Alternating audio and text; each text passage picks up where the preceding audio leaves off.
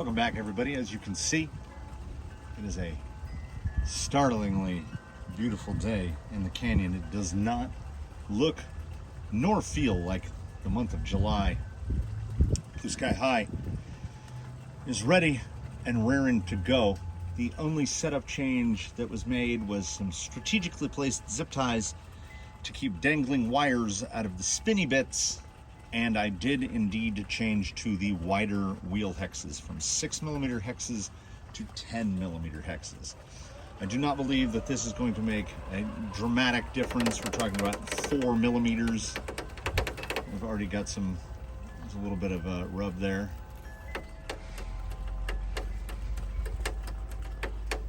Once again, the low speed control of the Fusion and just how stuck to the ground this guy is. Like that, look at that high tire, and he doesn't even care. Counter steer it out. I could put, if I put in a little of this, that'll make it worse. There we go. Little counter crab to keep it down. Look at it just push up, but there's no, like, it's not getting uncertain at all. I still don't know if I have the rear channel set the way I want or if it's 180 degrees out. Using four-wheel steer to full effect, let's pull the tight circle and the king descender. She'll come back down and settle. I mean, that's just parking it. Even amongst the Outrunner crew, he might be the low speed descent king. We'd be remiss if we didn't try to roll him over immediately. He's feeling really sure-footed. It's a lot of rub in the rear, but this guy has molded flares. We're gonna have to cut the flares off. Look at that tire folding up there in the front. And that end that just came out of my mouth was where I thought he was gonna fall. Right there. And oh, I thought I knocked him dead. I did. The strategically placed zip ties were tactically inefficient. I genuinely detest using servo extensions, but to get the receiver box back there, that's the only choice. Can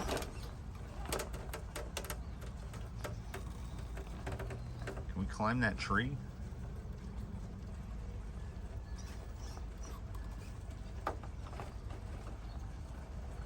That's some four-wheel steer stuff right there.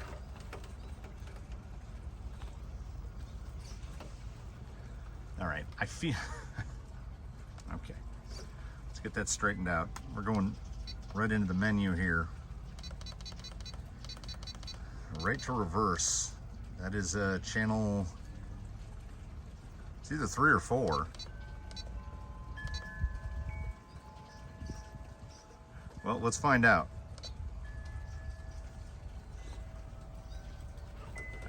I think that's how I want it. I think. Zoidberg knocked that piece of petrified wood loose. It didn't seem like the turn of the wheel was going the way I wanted it to. That's the J-Concepts rupture right there. What line do you want? We'll go that way. I don't know. I feel like I didn't change the geometry of the skid, but it feels more planted. So hopefully by the time this video marathon is done, Dry Bone Valley will have been returned from the skeleton of its former self. Going straight at it. rock. I think that's the rear just rubbing so much.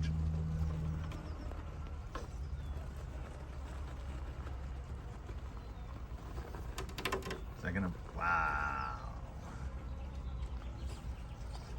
No issues at all, huh, Blue Sky?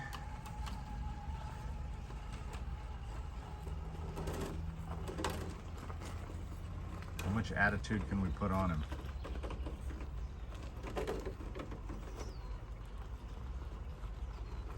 Can you push that corner, or is he gonna slide out onto the river rock?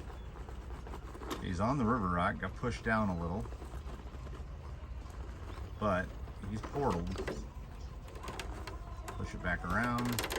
Okay, clearly, sir, nothing here is steep enough to directly challenge you. We are gonna have to take you somewhere else.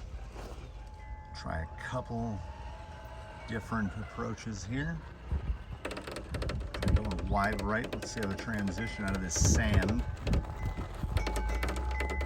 into the soft stuff, but then he doesn't even care.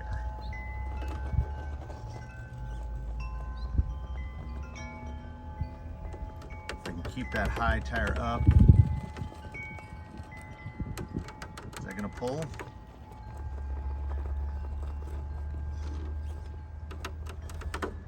Little too much on the rear steer, forcing me not exceptionally wide left by any means. There's almost no wheel slip. It's an iffy proposition there, guy. Almost four-wheel steer flipped it there. Can we pivot this around and down? I'd like to try this little ladder section here.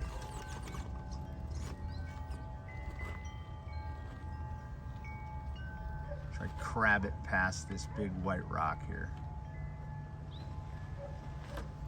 Straighten the rear out. Nice. Now we can give it some more. Oh, no. Now we could not. I should not. So even with the body raised, we've still got a fair amount of rub in the back. Try to slow up here. Usually this is a bump entry here. And it still is. Oh. And there went the center drive shaft. I don't know if I broke it or if just on the launch it popped out. We're gonna find out. It is bittersweet to report that, yes, indeed, the issue was the center drive shaft. It just didn't have enough engagement. Okay, this is still not climbable, so you go. Yeah, okay. Theoretically, it's fixed.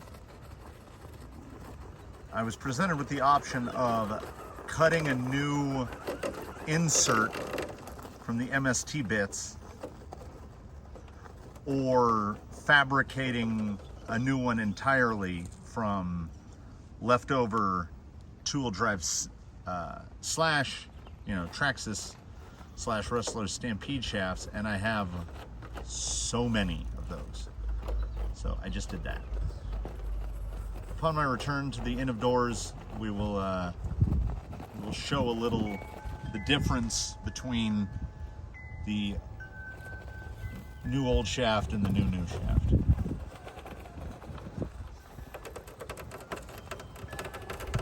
Good bit of rub in there.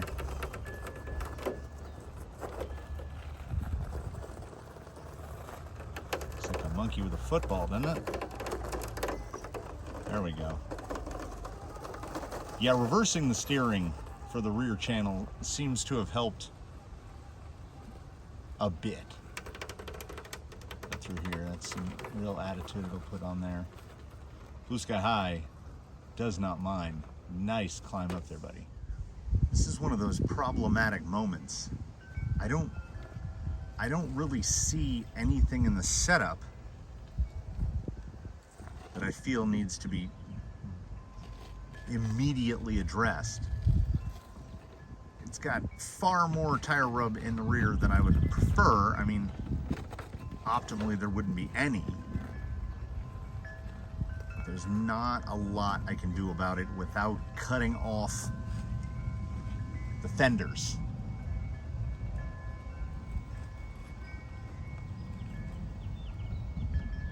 Let me try this here.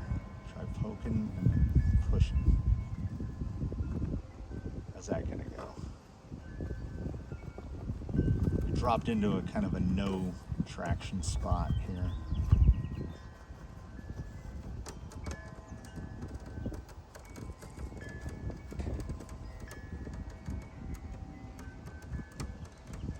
That rupture just pull over right there. Yeah, I'm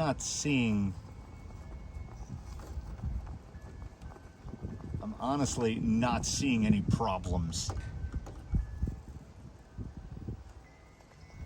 Spin it around.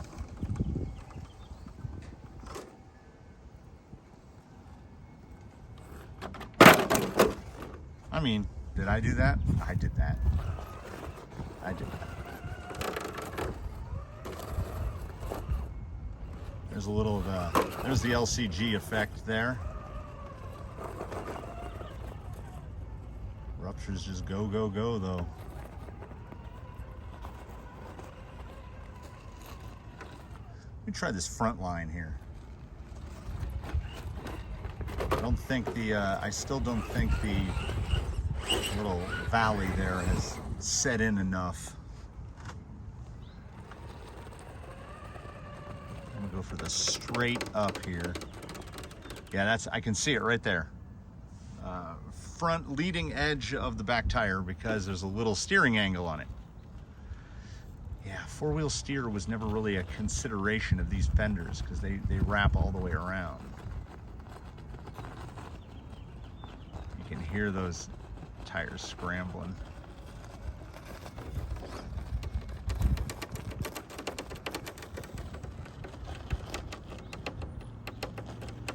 I wouldn't think this is makeable, honestly.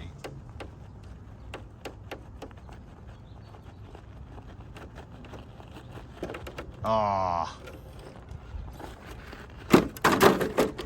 that was fully ejected. All that forward. Okay, we'll go out a little more towards the mortar side of this. Try to get that tire up high over the edge, and if we don't pop the front end down. Yeah, like at that point right there, I feel like he can make it. I feel like he can claw out of that. It's just a matter of getting the rear tire into the right spot, and he's up. Got a little belly hang there.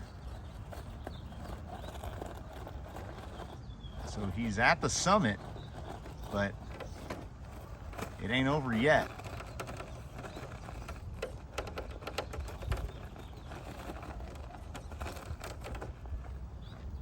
Use the four-wheel steer to maximum effect to push through. A couple more lines, take a look at this on the inside, and I will, from this amount of working on it, and mostly from what came through when I had to rebuild that drive shaft, we're gonna go straight ahead into revision 2.5. I don't know whether it'll be the video immediately after this one or the one after this one. But I've already got 2.5 in my head.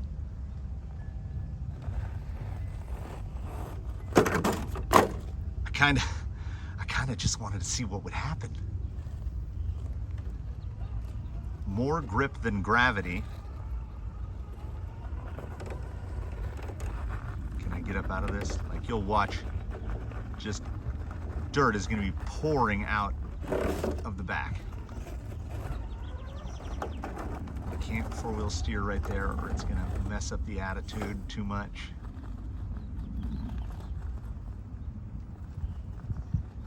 Ah! I saw it slipping and tipping, and I knew that a repositioning of the rear tire could push it back around, but in that moment I could not arrive on where to turn it, basically.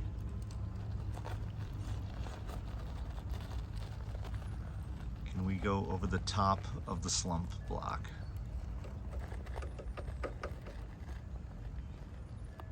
Sure we can. I like that high tire attitude. See if we can get out of this unscathed. Now you can see the center chassis just right on the corner of that. Oh, give it a little more. Oh, tried to save it before it fell off. Yeah, that forward traction turns into upside down traction.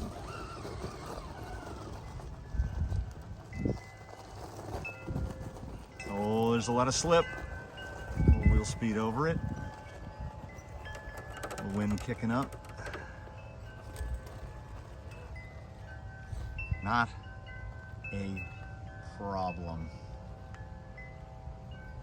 Let's do a little wheel breaker line and then tog it down. I really don't see how to remedy the rubbing in the rear other than cutting the fender flares off, which is not something I called it the wheel breaker, and it is. It's a quick trip back inside. Let's find out what we broke with that.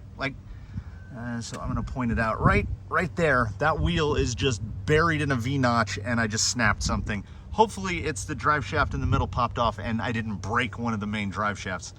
Let's see what I did. So let us see what we hath wrought. I guess with no look, I'm gonna say the ball on Traxxas, this is a full round ball. That ball popped out. Like that. This happened on slashes and stuff all the time, where it would just pop that ball out. Now, every one of these pieces is used. So, did it break it? No, it just popped it out. So, it's fixable, but at the same time, I think what I might have done is when I built this shaft, oh, it's energized, that's why I can't turn it. When I built this shaft, I think I zero clearanced it. So when this guy is all the way collapsed, if I can get it back together. So when this guy is all the way like this, there's no room for it to slide.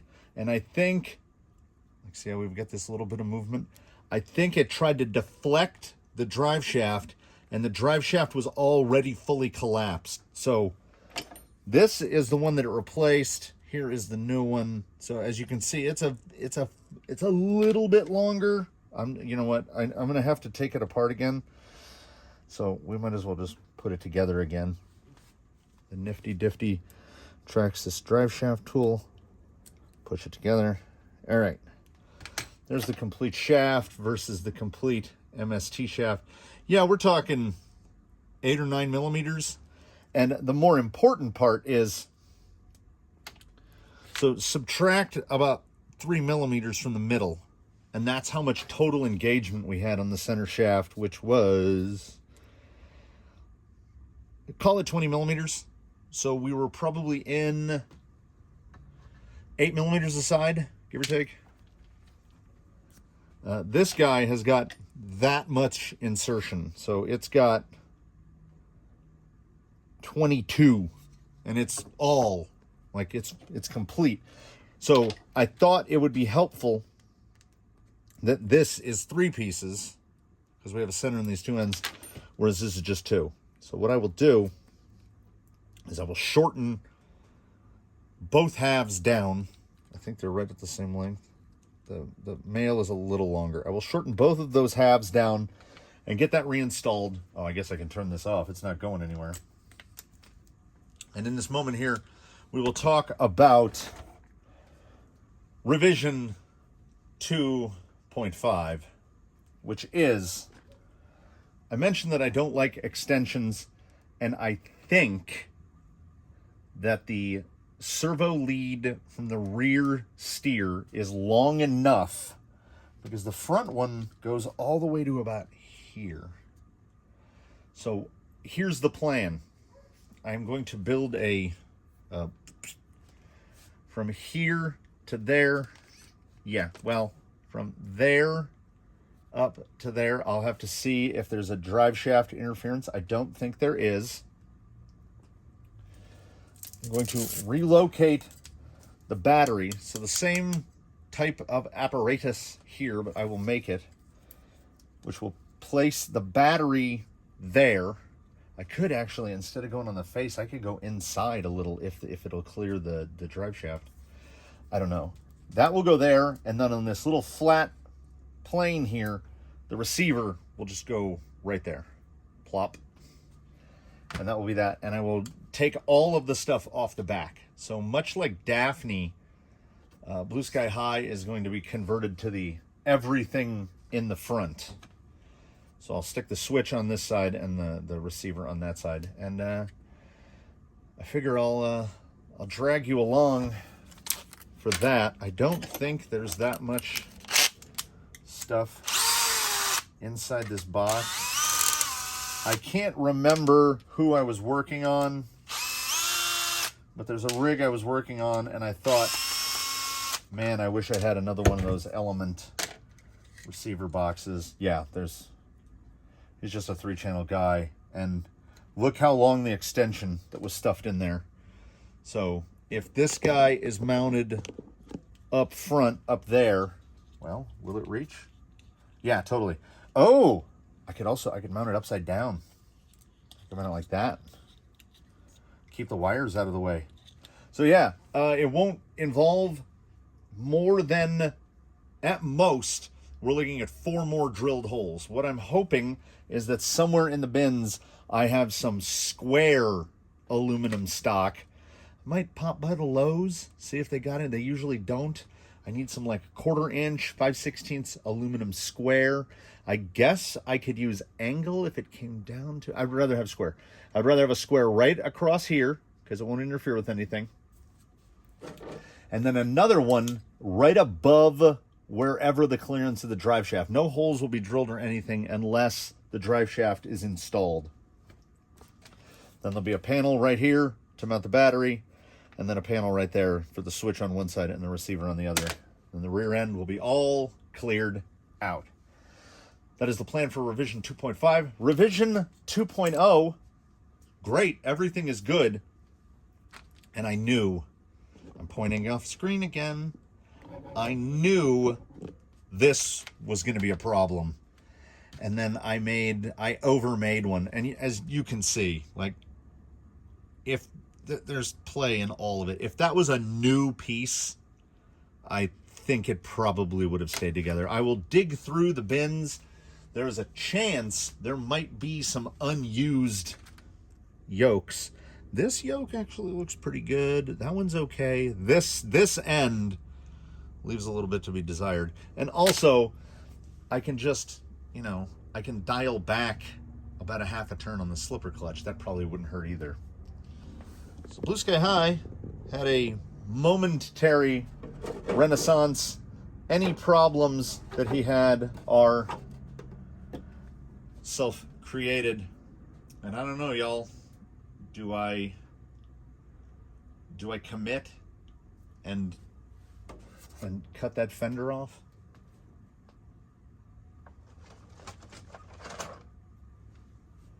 Is it possible to... Oh, they're way too big. Yeah, they're way too big. Yeah, I don't know.